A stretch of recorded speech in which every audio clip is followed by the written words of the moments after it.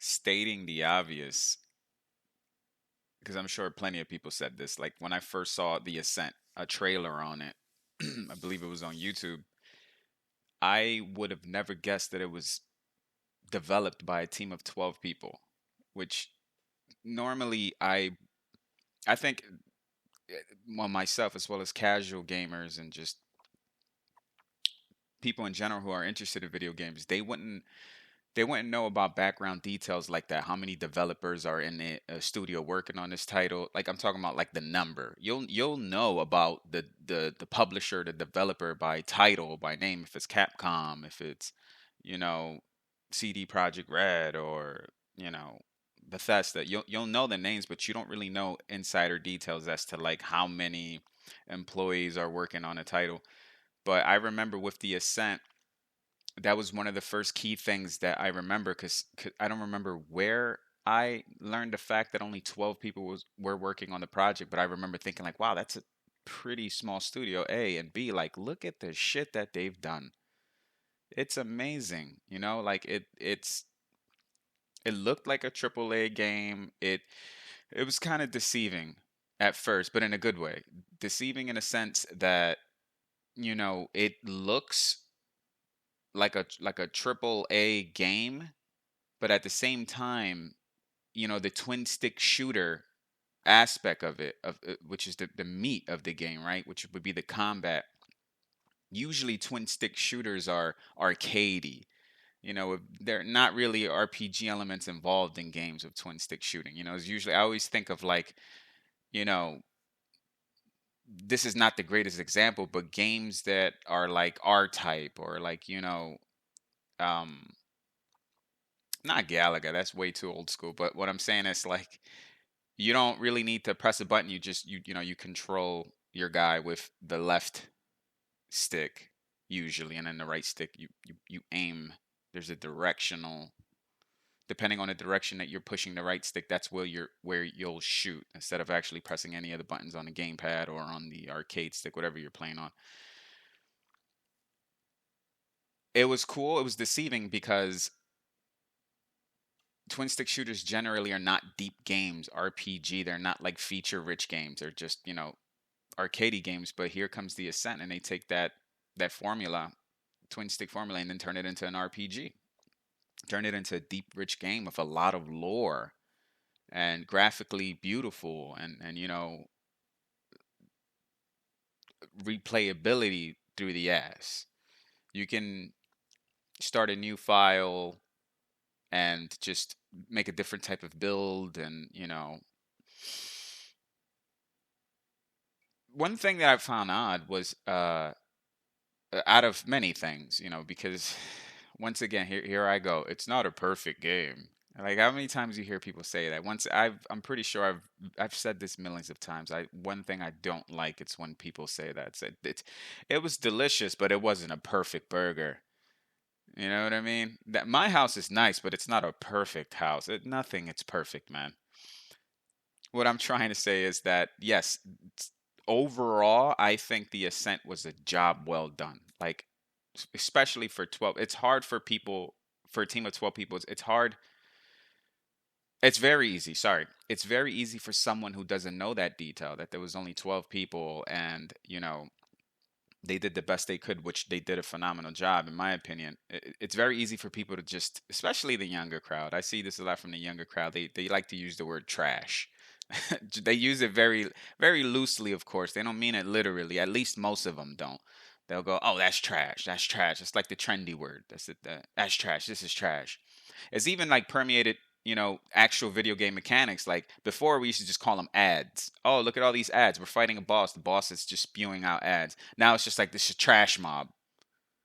I think that's one of the yeah. It's just a trash mob, or that's it. I'm like trash mob. They're just trash. Like I get why you would call them that. You know what I mean? Like they're disposable. You can easily kill them off. They're like trash, like litter.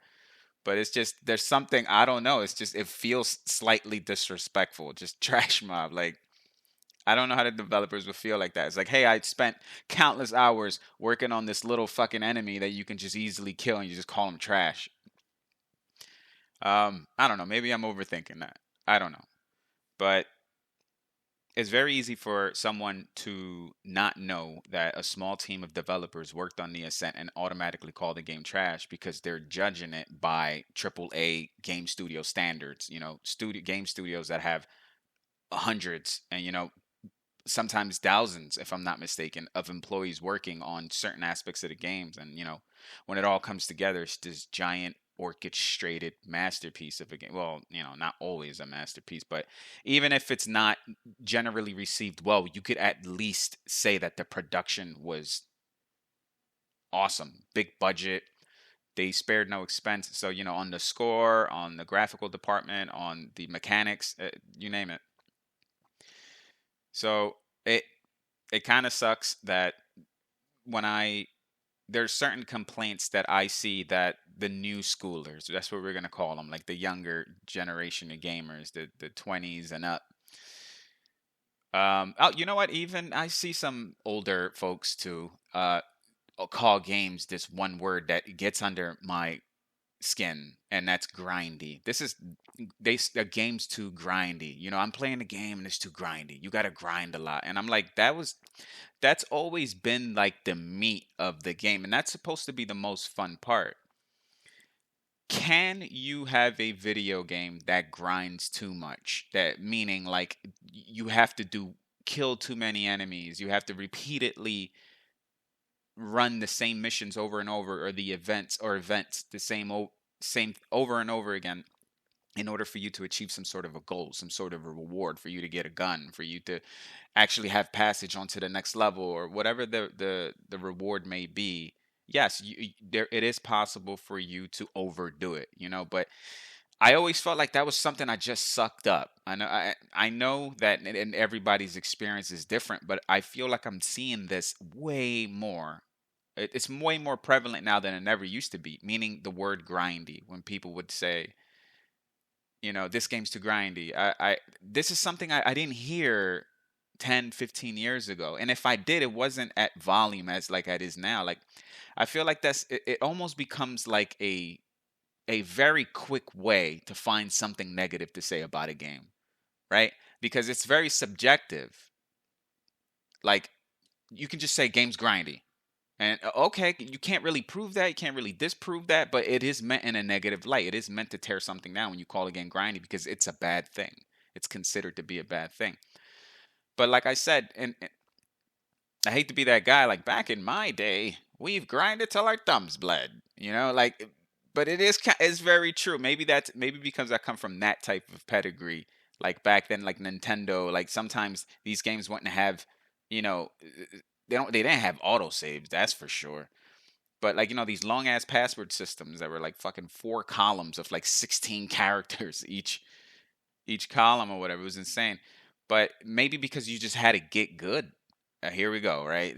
No way there's no way I could have avoided that phrase, right? Get good. But it's true. I mean, however you may feel, whatever your sentiments are about the phrase "get good," like fuck you. I'm not as skilled as this, whatever. But I am saying that you had no choice. If you bought a game or you rented a game from like, a Blockbuster, who remembers that? Whether you rented a game or you bought a game, you had to either you had it for the weekend. We weren't spoiled for choice like we are today. Digitally, we can just instantly buy a game in a couple of seconds and have it downloaded in just mere moments. And not to mention that if you're playing like on PC or even PlayStation, they give you the two quote unquote free games, free as long as you have a subscription. And then in PC, you've got like the Epic Store that's always handing out free games. Right now, I'm playing Wolfenstein, the New Order, I believe it's called. I haven't played this franchise in a really, really long time. So the game was for free. They gave it to me a while back, and I was like, you know what? I always wanted to try it. I'm trying it now. It's pretty cool. I didn't even realize it was from Bethesda, which happens to be my favorite video game publisher slash developer. So that was cool. That was a pleasant surprise. I haven't played Wolfenstein since it was like 2D. So, you do the math there. But so far, so good. Pretty cool game. I don't know how I would feel once it's over. I've only played it for a few hours. So it sucks because grindy is a term that I feel like it's very it's been applied to so many games now. Even to MMOs, which are like traditionally grindy, right? Like that's literally the meat of an MMO, grinding. You go out there into the field, you just grind wood and grind enemies, and you just have to just amass this fortune, or yeah, amass this fortune to collect crafting materials, or to collect certain type of weapons, and to do smelting, and that's the meat of an RPG, or of an MMO of some sort, and people are just calling it that. Now, I like the game, but it was too grindy. So, like, yeah, like I said earlier, there are some instances where I can genuinely say, like, okay, they're kind of over exaggerating here. Like, I can give you an example of that where I was like, okay, this is a little too much. Bless Unleashed, which is an MMO that I played maybe a year or two ago, and I liked it for the most part. I think it was a good game, but that game was legitimately grindy, even for someone like me, Mr. Old School Gamer. You know what I mean? Tough as nails gamer. I was finding myself going like, "Fuck, dude, they're kind of exaggerating here a little bit." So I get it. I just don't find more examples of a game being genuinely grindy, as opposed to a game just being, I guess, regular grindy, you can call it. You know, Basically, what I'm trying to say in a very convoluted way is that I find more examples of a game that people are calling grindy that isn't really that grindy. I find more examples of that than examples of a game actually being grindy, where it's like unbearably grindy. So I think that word is just being thrown around there. It's like a trendy keyword that people just throw around there. It's kind of lazy, to be honest with you. Like, it's like I said, you really can't prove it or disapprove it. So you can just say it. You can say you can apply it to pretty much any type of game. Moving on. The Ascent, mind blowing, created by a team of 12 people. Great fucking score. The combat, I would say, is mostly good. I would give it like a solid 7.5 out of 10, only because it is fun. It's fun shooting people, and that should be the backbone of a combat based video game, right? That you're gonna be doing the combat so much, because it's going to be the number one thing you do in the game. Everything else takes a back seat. Reading, actually doing quests, even like walking, you're probably going to be killing more people than walking sometimes. So you have to make that loop, since you're going to be murdering NPCs all over the place. You got to make that loop as satisfying as possible. You got to make that gun sound just right, audibly beautiful. That reload sound.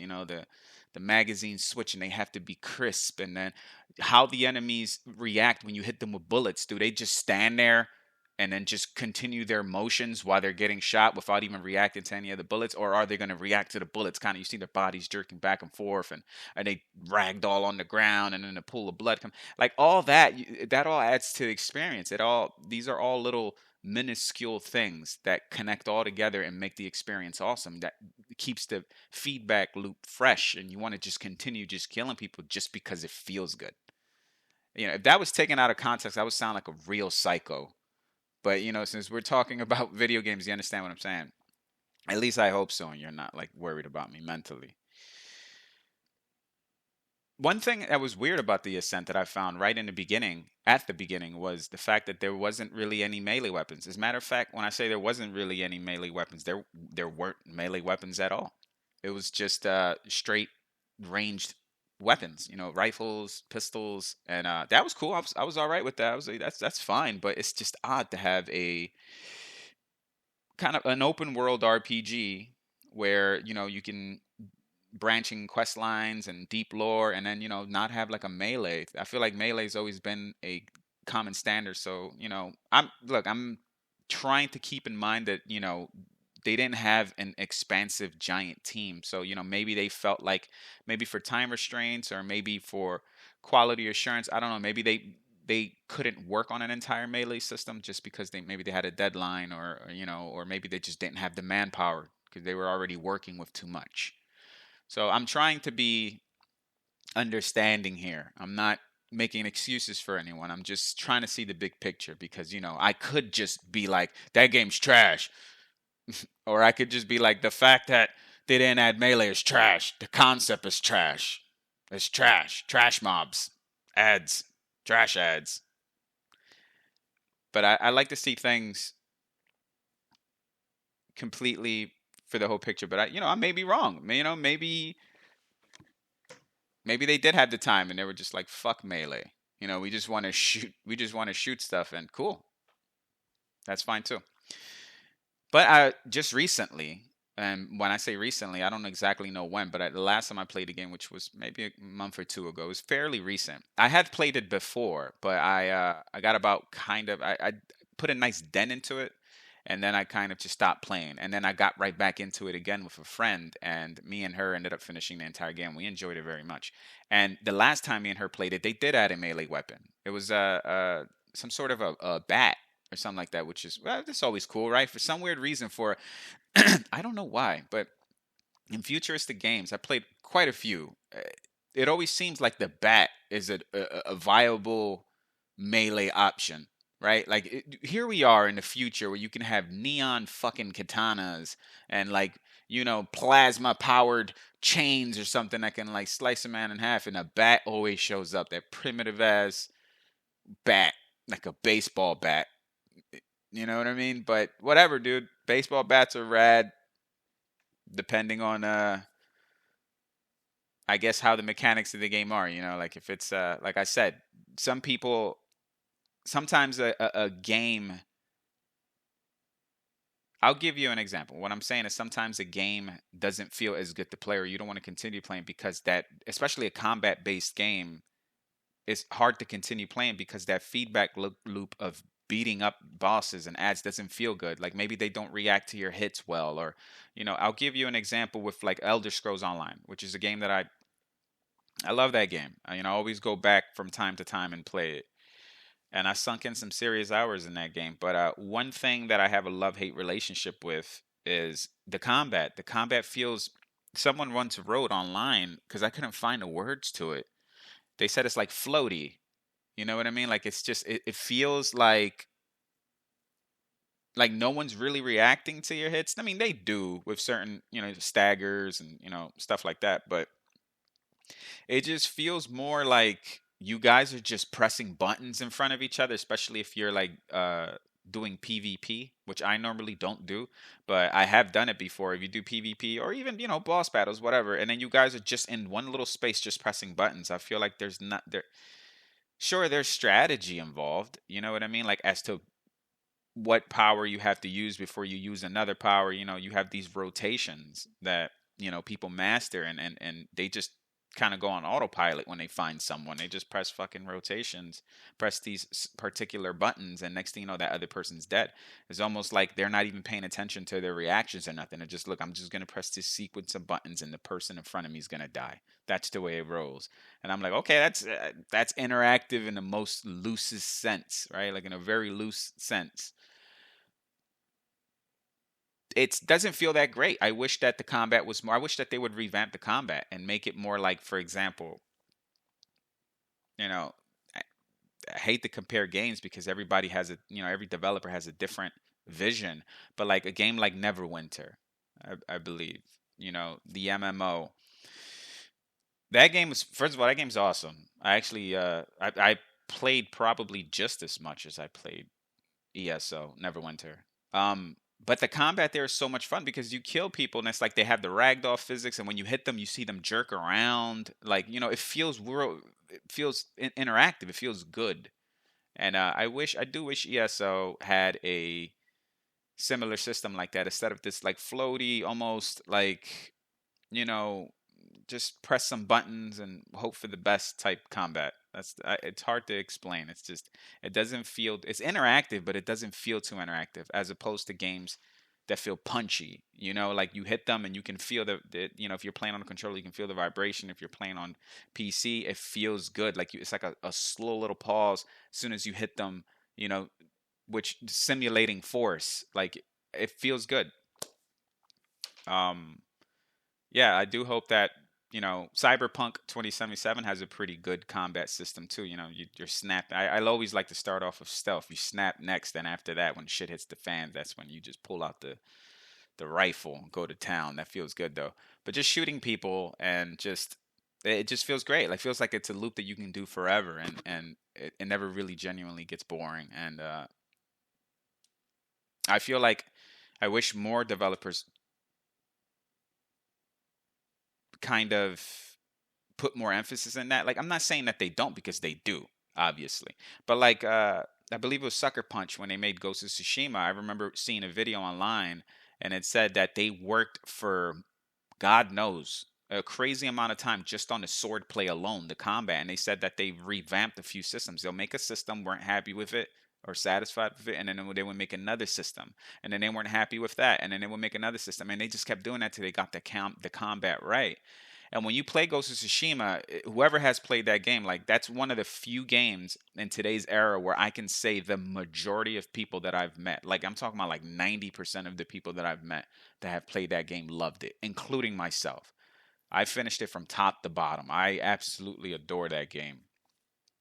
And you can tell by the, because it's fun to just sit there and slash people up. It's like, okay, they really focused on the combat because they knew that was going to happen a lot. So therefore, they perfected it. Every little hit, every little parry, every little execution, like it felt great. And I just hope that maybe it's just me. Maybe I have a particular expectation or some sort of a list when it comes to combat video games, whether it's gun combat, whether it's melee combat, whether it's like medieval weaponry combat, whether it's futuristic assault rifles and plasma grenades and all that. Like whatever time setting, whatever type of weapon is being used, I want it to be punchy. I want it to be, bloody, preferably. Not unless it's one of those like Fortnite type games, which I get it. It's mostly aimed at children. Mostly. That doesn't mean adults don't play it, which they do. Yeah. If you're going to make a game that involves a shitload of killing, you better make sure that killing is very good. I remember it's funny because at that time, if I'm not mistaken, Cyberpunk got released around more or less around the time the Ascent got released. I don't think it was exactly like the same day or anything like that, but it was around the same time frame. And people were, the Ascent is the Cyberpunk 2077 killer. And I'm like, all right, dude. Like, you know what I mean? Like, I've seen this enough in my lifetime to know when people are just trying to stir the pot. You know what I mean? And then when it's a game, when something similar comes out, people are always quick to, throw the last thing that came out into the trash. Trash, that's a key word in this little thing of mine. For example, like when Fallout 76 came out, right? People were not happy for a lot of valid reasons. You know what I mean? Of course, I've seen some very exaggerated views on, some people are very catastrophic, right? They're very, oh, well, this means that the franchise is ruined. Fallout is forever stained and they can never recover from this. I'm like, okay, relax. There's always been doomsayers in civilization, right? Even back then, the sky was just a little red because of like, it's the sun is going down. And then you'll have someone out there with a sign saying, believe in God or you'll perish or something. You're like, yo, relax, dude. The day's just ending. Like, there's always going to be doomsayers. They were before. There's doomsayers now, and there will be doomsayers in the future. When Fallout 76 came out, people were not happy with it. And then the Outer Worlds came out, and people were calling the Outer Worlds the Fallout killer. This is what a game should be like. I know some of you remember this. This game, I love the Outer Worlds because it's not 76. And then, like, when they played the Outer Worlds after the hype died down a little bit, people realized that they didn't like the Outer Worlds as much as they thought they did. That was the general consensus, but it's hard to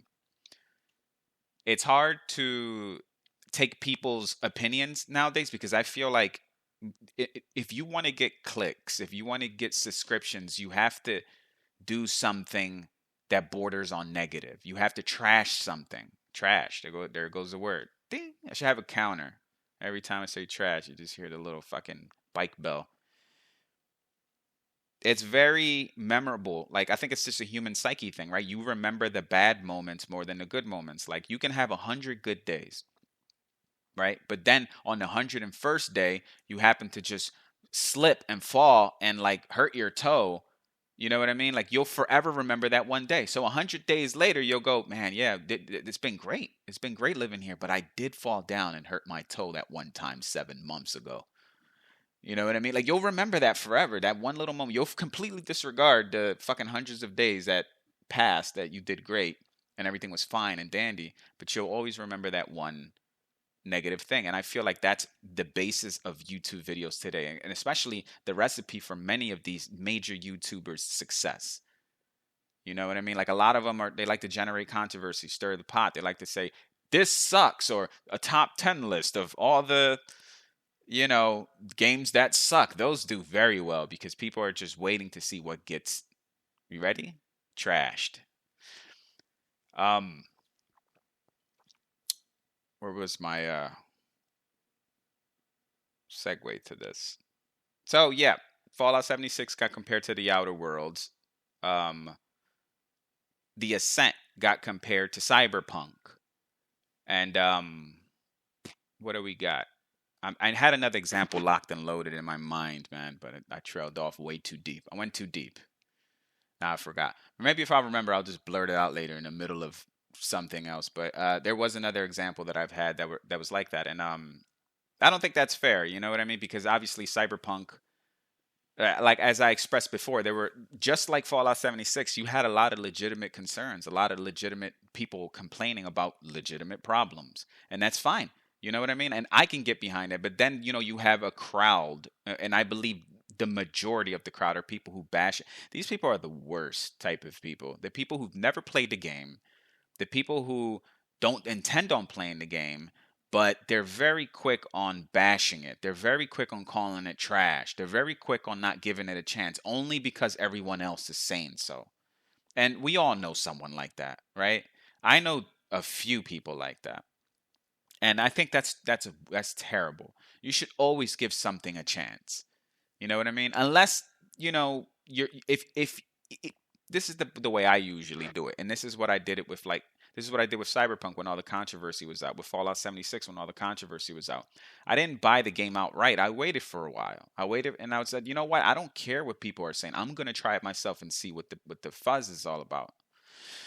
And there's been times I've been rewarded. Many times I played a game and I was like, wait a minute, this game is nowhere near as bad as they thought. Cyberpunk 2077 being one of them. You know what I mean? I remember Mad Max. Everyone always calls, even now, I don't know about back then. I'm pretty sure it didn't get great reviews when Mad Max came out a few years ago.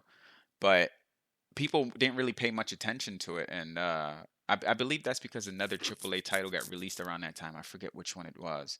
Might have been Metal Gear, and I got overshadowed by Metal Gear's success. I believe. I'm not too sure, but I remember people were saying, it's a mediocre game. I'm gonna, skip this one out, and I'm gonna be like, no, let me play Mad Max. I finished that game to its entirety, and I enjoyed it thoroughly. I mean, the story was a little lackluster, especially towards the end, and some things that don't make sense.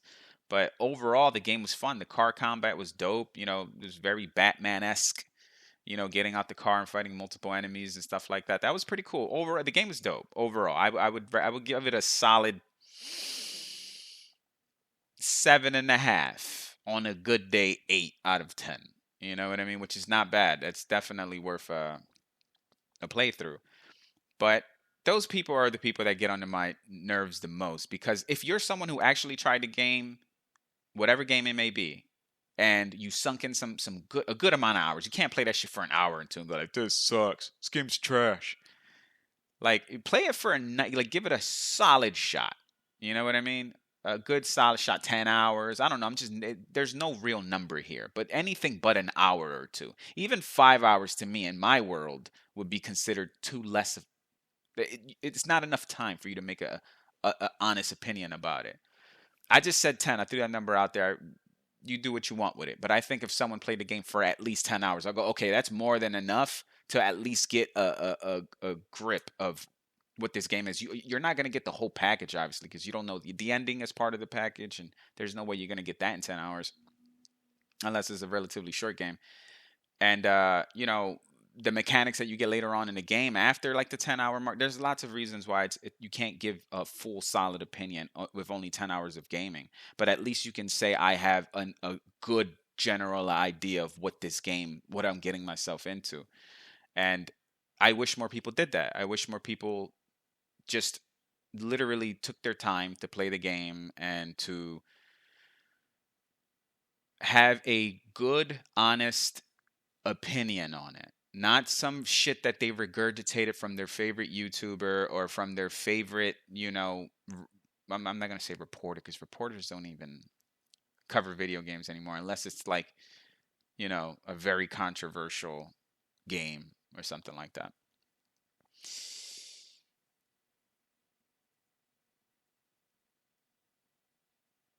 It's hard to make, or at least in my opinion, I think it's hard to make original storylines when it comes to like futuristic games like, Cyberpunk or the Ascent. Like I feel like it's always like a dystopian universe, right? Like it's always corporations are dominating the landscape and all that, which is honestly, it's not too far fetched from real life. You know what I mean? It's not as dystopian. Like we're not indents like in the Ascent where you're like slaves to a corporation. You have to pay that debt off, and then hopefully you'll get free. But chances are you never will. You'll be in debt for the rest of your life, therefore effectively making you a slave until you die.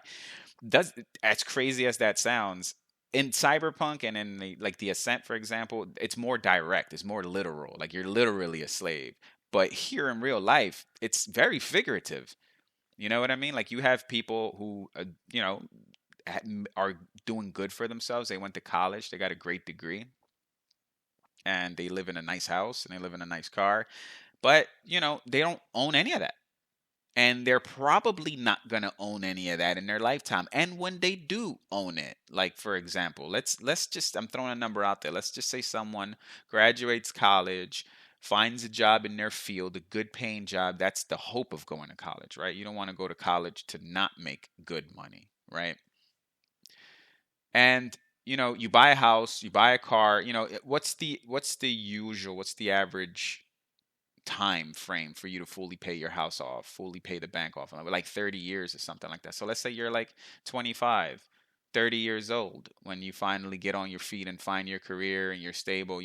That means if you're 30, you're going to be 60 by the time you own that house. Will you live up to be 60? Who knows? Depends on your lifestyle. But it's not uncommon for people to bite the bullet before 60 though, which is sad, because you're just getting started at like, when you're 50 years old, you're just getting started. That's the way I look at it. It's like, yeah, you got some experience behind you, but like you're warmed up. You still got a few more decades left in you. You can do this. Anyways,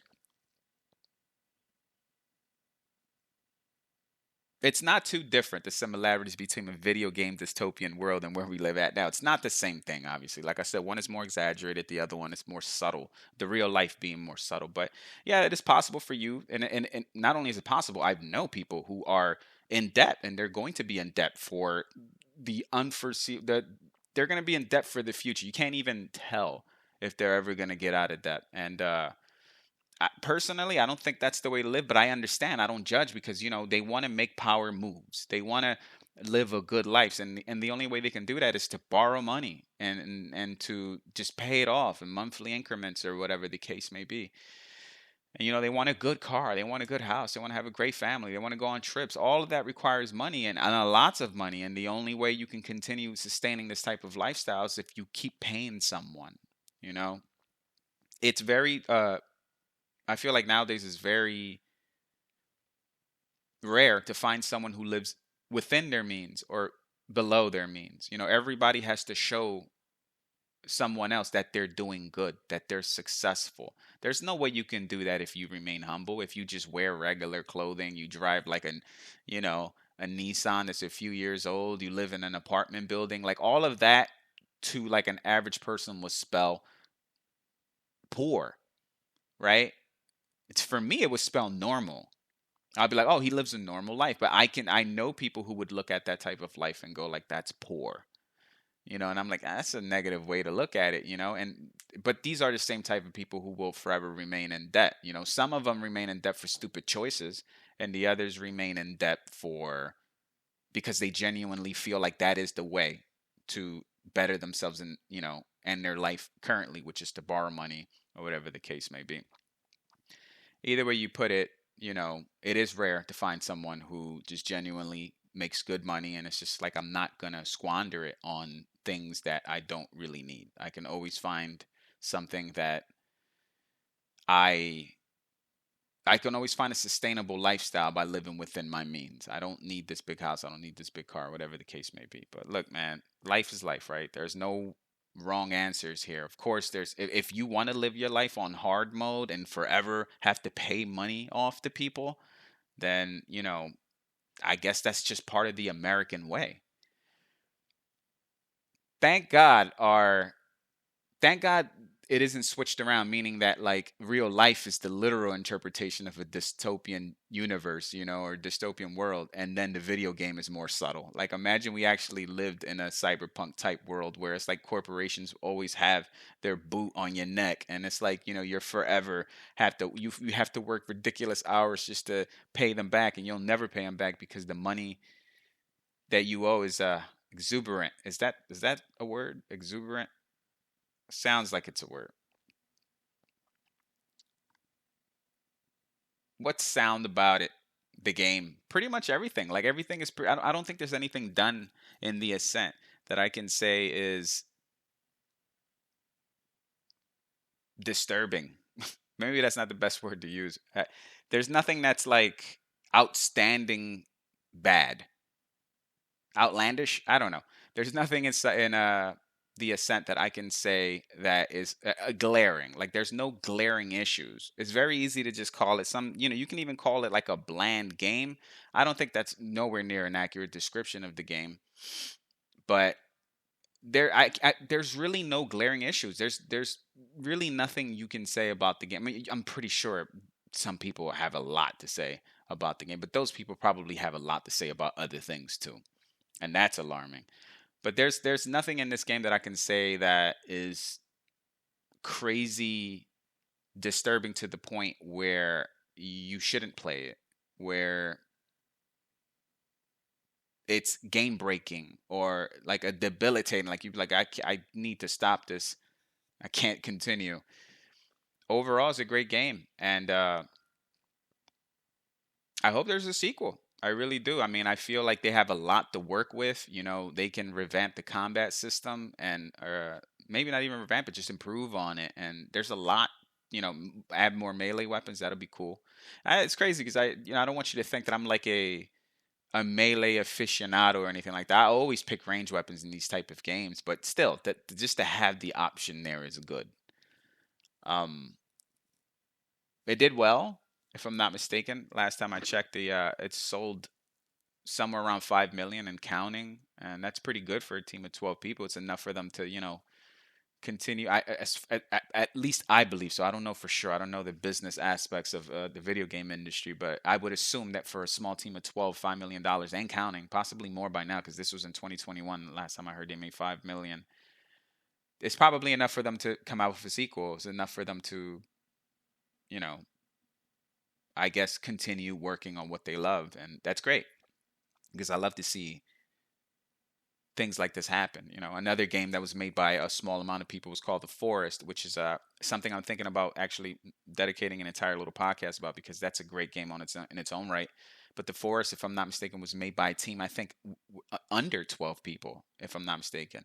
Maybe a little more, maybe a little less, but it was a small team of people who made The Forest, and that game was magnificent. And maybe this is a trend. Maybe this is, well, it's kind of been a trend for a while now with indie studios, right? Sometimes you got games like Undertale by Toby Fox, who, like, it was just one person, So I wouldn't say it definitely is a trend, but I don't know. Maybe it's getting easier to program, or maybe it's more accessible, or maybe the tools are more well developed, so you can crank out games at a much quicker rate than you used to. Maybe some like administrative privileges have been removed. What I mean by that is, like, maybe back then you had to go through red tape in order for you to publish a game and all that, and then now you kind of don't. Now kind of like now I'm just publishing these things on YouTube, but back then I would need, like, what, like a deal of some sort, a TV deal or a radio deal, in order just to spew my shit like I'm doing now. So I don't know. I don't know. Like I said, I don't know the background, the ins and outs of business, but it just seems like there's more and more people, more and more small studios making great quality games. Chucklefish is another one from what I see. I love Chucklefish. They got great stuff. Starbound, Wargroove. I never played Wargroove, but I heard it was good. Starbound, I did play. I like it a lot. Well, I hope to finish it off. I haven't really gave it a good solid shot. Gave it 9 hours. I hope to up that up some more. Give it a good solid shot. In the future, I guess I don't have my expectations aren't gigantic, to be honest with you. It's pretty much like I said earlier about the Ascent. It's just I wouldn't even mind if they just come out with one long DLC, same universe, same game mechanics. Just revamp things a little bit maybe.